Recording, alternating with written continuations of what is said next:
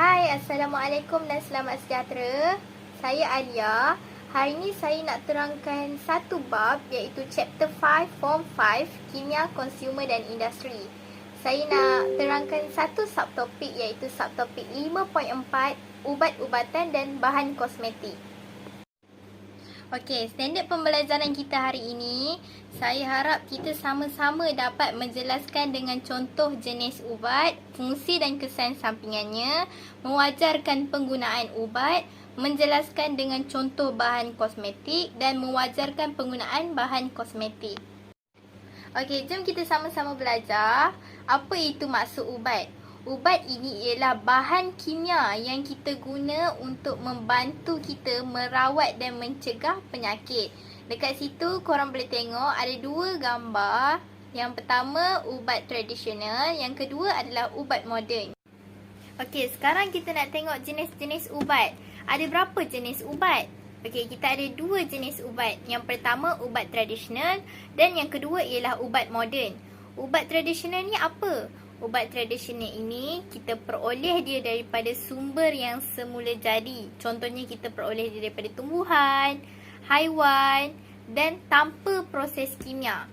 Manakala ubat moden pula, bahan kimia yang kita ekstrak daripada tumbuhan, mikroorganisma ataupun bahan kimia sintetik. Okey, kesimpulannya dekat sini, ubat tradisional kita hasilkan dia menggunakan sumber yang semula jadi dan kita tak gunakan proses kimia. Manakala ubat moden pula kita ekstrak dia dan menggunakan proses kimia. Okey, dekat sini kita boleh lihat peta item jenis-jenis ubat moden. Ubat moden ada 5 jenis. Yang pertama ialah corticosteroid, yang kedua ialah anti-alergik, yang ketiga ubat psikotik, antimikrob dan analgesik. Okey, ini ialah contoh-contoh ubat tradisional. Sebenarnya kita ada banyak sangat ubat tradisional, tapi ini ialah 4 contoh. Yang pertama, kita ada halia. Apa yang bagus halia ni?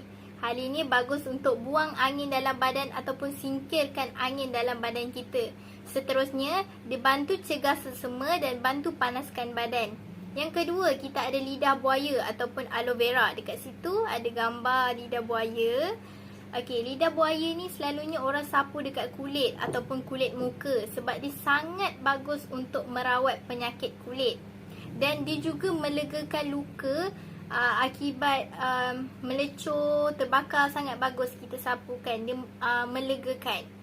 Yang ketiga, kita ada ginseng. Ginseng ni sangat popular bagi kaum Cina. Diorang jadikan ginseng ni sebagai ubat tradisional diorang. Dan kalau pernah tengok, diorang akan letakkan ginseng ni dalam teh panas dan minum. Apa kebaikan ginseng ni? Ginseng ni dia bina pertahanan badan terhadap jangkitan. Jadi dia kurangkanlah penyakit-penyakit. Yang kedua, dia rendahkan tekanan darah dan paras kolesterol. So, sangat sesuai untuk orang yang ada darah tinggi ataupun kolesterol tinggi. Yang keempat, kita ada asam jawa. Okey, asam jawa ini sangat popular dekat kedai-kedai. Kita boleh tengok orang jual air asam jawa. Okey, kalau kita minum sangat bagus untuk melegakan batuk ataupun sakit tekak. Dan asam jawa ni juga kita boleh terus makan macam tu je. Dan dia juga boleh mencerahkan kulit. Okey, ini ialah daun ketum. Okey, boleh tengok gambar kat situ, gambar daun ketum. Daun ketum ini sebenarnya digunakan secara tradisional. Dia adalah salah satu ubat tradisional untuk melegakan sakit belakang dan pemulih tenaga semula. Tetapi penjualan produk daun ketum yang diproses diharamkan di sisi undang-undang. Tahukah anda mengapa? Okey, kenapa daun ketum yang diproses diharamkan di sisi undang-undang? Kerana penyalahgunaan daun ketum. Okey, dekat sini kita ada info sinar penyalahgunaan daun ketum yang saya dapat daripada portal My Health dan agensi anti dadah kebangsaan. Okey, jom kita belajar apa nama saintifik daun ketum. Nama saintifiknya ialah Mitragyna speciosa. Daun ketum ni banyak terdapat di negeri-negeri sebelah utara dan pantai timur semenanjung Malaysia. Contohnya dekat sebelah utara, dekat Kedah, dekat Penang, dekat Perak, dekat Perlis, manakala kat pantai timur contohnya seperti Kelantan dan Terengganu. Dalam daun ketum ni, ada satu bahan aktif yang bernama mitraginin. Mitraginin ini ialah sejenis alkaloid psikoaktif. Disebabkan ada bahan aktif mitraginin ini, daun ketum dikawal di bawah Akta Racun 1952 Peraturan Kawalan Psikotropik. Okey, kesan pengambilan daun ketum yang berlebihan akan menyebabkan kita mengantuk, muntah, rasa hayal, iaitu ilusi, rasa pening-pening. Okey, apabila kita ambil ketum yang berlebihan, kita akan berterusan mengambil daun ketum itu. Jadi, kesan buruk pengambilan secara berterusan pula menyebabkan bibir dan kulit hitam seperti kesan lebam dan terbakar terutama di bahagian pipi. Apabila kita mengambil secara berterusan, automatik kita akan ketagih. Okey. Lepas tu kulit kita kering, sembelit dan insomnia. Insomnia ini ialah penyakit yang susah nak tidur ataupun tak boleh tidur. Okey, saya akan terangkan jenis dan contoh, fungsi, cara penggunaan dan kesan sampingan ubat moden. Pertama, kita ada analgesik. Contoh-contoh analgesik ialah aspirin, paracetamol, Codeine. Okey. Contoh senang kita nak tahu analgesik ni macam Panadol, paracetamol, Codeine tu sebenarnya ialah ubat batuk. Okey. Fungsi aspirin dan paracetamol ialah dia melegakan sakit dalam keadaan kita sedar. Okey, manakala Codeine dia punya function untuk legakan sakit, rawatan batuk dan cirit birit. Okey. Cara penggunaan analgesik ni kita perlu ambil dia mengikut preskripsi doktor. Maksudnya kita kena mengikut nasihat doktor. Okey. Aspirin ni dia bersifat asid. Aspirin ni asid. Dia tak sesuai untuk orang yang ada gastrik ataupun kita bagi dekat kanak-kanak. Okey. Kerana boleh menyebabkan ulcer perut. Kenapa terjadinya ulcer perut? Sebab aspirin itu bersifat asid. Okey. Kesan sampingan paracetamol bila kita terlebih ambil dos menyebabkan hati kita rosak. Okey. Manakala Codeine bila kita ambil terlebih dos menyebabkan kita berasa mengantuk. Okey, yang kedua kita ada antimikrob. Contoh antimikrob ialah antibiotik seperti penicillin dan streptomycin, antiseptik dan disinfektan. Antiseptik seperti hidrogen peroksida, iodin dan asid borik. Disinfektan seperti alkohol dan formaldehid. Okey, boleh baca kat situ. Okey, kita nak tengok fungsi antibiotik ni untuk apa? Fungsi dia untuk membunuh pertumbuhan bakteria atau merencatkan pertumbuhan bakteria. Selalunya antibiotik ni dalam bentuk cecair. Okey. Okey, fungsi antiseptik kita sapu kat bahagian luar. Contohnya kita sapu iodin. Manakala disinfektan pula fungsi dia untuk musnahkan patogen yang ada dekat objek tak hidup seperti dekat lantai, dekat tombol pintu dan sistem perparitan. Okey, cara penggunaan antibiotik macam mana? Kita kena habiskan supaya bakteria terbunuh. Contohnya doktor bagi time kita demam, dia bagi antibiotik 15 ml, kena habiskan dalam masa seminggu. Kita kena habiskan. Kalau kita tak habiskan apa jadi? Kalau kita tak habiskan, bakteria tu jadi imun. Bila bakteria jadi imun, penyakit tu akan datang semula. Cara penggunaan antiseptik pula, kita sapu kat bahagian luaran saja dan tak boleh makan. Okey, kesan sampingan alahan dapat membawa maut. Pesakit yang ada alahan dengan penicillin, diorang akan dapat satu kad alahan ubat.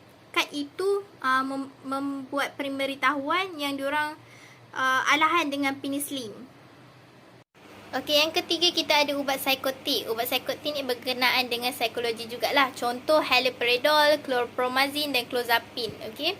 Fungsi dia untuk merawat psikosis, iaitu orang yang ada penyakit mental yang menyebabkan pesakit melihat, mendengar atau mempercayai perkara yang tidak nyata. Perkara yang kita tak patutnya lihat, dia boleh nampak. Okey. Cara pengambilan kita kena ikut atas nasihat doktor juga. Kesan sampingan apabila kita makan ubat psikotik ni mengakibatkan pergerakan muka dan badan yang tidak normal dan badan kita boleh kejang dan menggeletar. Okey. Yang keempat, anti-alergik. Contoh antihistamin. Okey.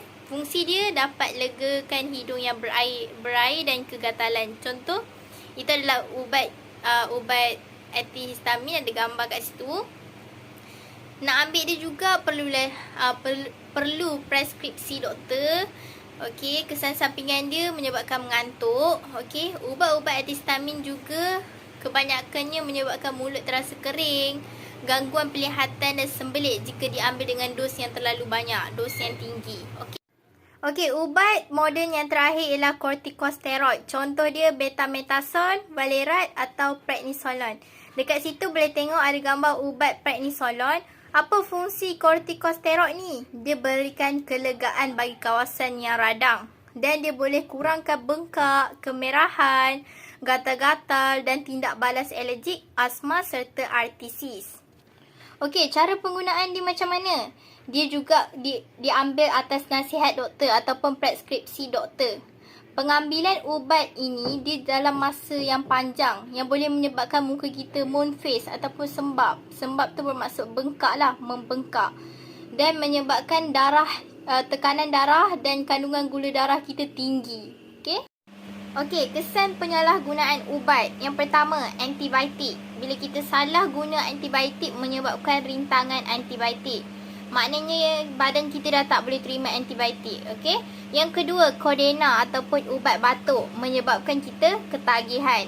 Dan terakhir, bila kita salah guna ubat tradisional berasaskan herba, boleh menyebabkan hati dan buah pinggan kita gagal berfungsi.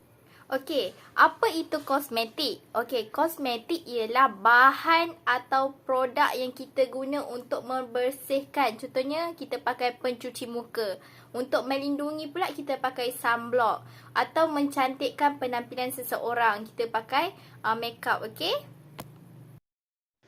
Okey, jom kita tengok jenis-jenis kosmetik. Yang pertama, kita ada kosmetik rias. Apa tu kosmetik rias?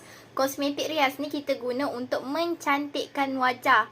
Contoh-contoh boleh tengok gambar tu, itu semua adalah kosmetik rias. Kita ada bedak, ada gincu, ada pensil alis, ada pemerah pipi, ada eyeshadow, ada juga celak mata dan maskara. Yang kedua, kita ada jenis kosmetik rawatan. Untuk rawatan pada tubuh, pada kulit. Contoh, kita ada krim, kita ada pelembap wajah dan juga kita ada masker muka untuk kosmetik rawatan. Okey, jenis kosmetik yang terakhir kita ada pewangi. Pewangi adalah untuk memberikan haruman ataupun bagi kita wangi. Contohnya kita ada deodorant dan kita ada perfume. Okey, jom kita sama-sama tengok bahan asas kosmetik. Bahan asas yang ada dalam kosmetik kita. Yang pertama, ada pewarna untuk berikan warna kosmetik kita tu lebih menarik. Contoh, dia letak ferrum trioxida. Okey, yang kedua, dia letak pengawet untuk nak elakkan kerosakan kosmetik kita. Contoh, letak paraben dengan formaldehid. Okey, yang ketiga, bahan asas kosmetik ada pelembap untuk kekalkan kelembapan bahan kosmetik kita. Contoh, dia letak gliserin dan natrium laktat. Okey, yang keempat ada pewangi untuk memberikan bau yang mewangi, yang menyenangkan kepada produk kosmetik tu. Kalau busuk, siapa yang nak pakai kan? So, pewangi ni function dia untuk wangikan barang kosmetik kita tu. Contoh, letak minyak pati. Okey, yang kelima, bahan asas dalam kosmetik kita ada pemekat. Untuk apa pemekat ni? Untuk pekatkan produk kosmetik kita. Contoh pemekat yang kita guna gliserin dan xanthan gum. Okey, yang keenam ada pengemulsi. Pengemulsi ni untuk bentuk campuran homogen antara air dengan minyak. Contoh lisetin dan asid stearik. Okey, yang terakhir ada air dalam bahan asas kosmetik kita. Untuk apa air? Untuk menjadi bahan pelarut dalam penghasilan kosmetik kita. Okey, so ada 7 bahan asas kosmetik. Okey, seterusnya kita nak tengok penggunaan kosmetik dalam kehidupan. Yang pertama, kita nak tengok kebaikan kosmetik buatan sendiri dan keburukan kosmetik komersial. Okey, untuk kebaikan kosmetik kita buat sendiri, semestinya mudah dihasilkan menggunakan bahan-bahan semula jadi. Jadi kita buat kosmetik tu gunakan bahan-bahan yang semula jadi. dan selamat dan tak ada bahan kimia yang berbahaya. Dan bila kita buat kosmetik sendiri, dia menggunakan kos yang sangat murah. Okey. Untuk keburukan kosmetik komersial pula, dia banyak kesan sampingan yang tak elok, kesan sampingan yang membahayakan diri kita. Dan terdapat bahan kimia yang diorang masukkan dalam kosmetik itu. Dan akhir sekali iklan yang ditonjolkan sangat melebih-lebih sehingga mengilurukan pembeli. Okey, yang terakhir kita nak tengok kesan sampingan penggunaan bahan kimia terlarang dalam kosmetik. Kita nak tahu apa yang akan terjadi apabila kita pakai bahan kimia yang ada dalam kosmetik-kosmetik kita. Okey, bahan kimia terlarang yang pertama ialah merkuri. Okey, merkuri ni sangatlah glamour, orang selalu letak dalam bahan kosmetik kan. Apa jadi kalau kita pakai? Kulit kita akan merengsang. Merengsang tu maknanya kulit kita akan merah-merah, rasa panas-panas, okey? Dan dia juga boleh merosakkan buah pinggang kita dan sistem saraf kita juga akan rosak. Kenapa sistem saraf kita rosak? Disebabkan merkuri ni akan diserap ke dalam salur darah. Okey, bahan kimia terlarang yang kedua ialah hydroquinone. Hydroquinone ni sangat bahaya. Dia boleh menyebabkan kulit kita hypersensitif. Apa itu hypersensitif? Kulit kita akan menjadi sangat sensitif. Dan pengurangan pigmentasi. Apabila pigmentasi berkurang, mengakibatkan kulit kita terdedah dengan sinar UV. Okey, kita pun tahu sinar UV berbahaya. So, hydroquinone ni sangat mempunyai kesan sampingan yang teruk lah. Dia selalunya ada dalam krim pemutih atau produk kosmetik yang tak sah. Okey. Okey, bahan kimia terlarang yang ketiga ialah betamethasone valerate. Okey, apa kesan sampingan bahan kimia ni? Dia boleh merangsang kulit kita dan pigmentasi kulit. Okey, perubahan pigmentasi kulit. Okey. Yang terakhir kita ada tretinoin. Tretinoin ni kulit kita boleh jadi merah-merah dan mengelupas. Selalunya tretinoin ni orang letak dalam krim jerawat. Okey. Jadi kesimpulannya, sebelum kita nak beli apa-apa barang kosmetik, kita kena check dulu dia punya kandungan dan pastikan tak ada empat bahan kimia terlarang ini supaya kita selamatlah. Okey, ini sahaja penerangan saya pada video ini, iaitu bab 5.4 ubat-ubatan dan bahan kosmetik. Saya minta maaf atas segala kesilapan dan kekurangan dalam video ini. Terima kasih kerana melihat. Bye-bye. Assalamualaikum.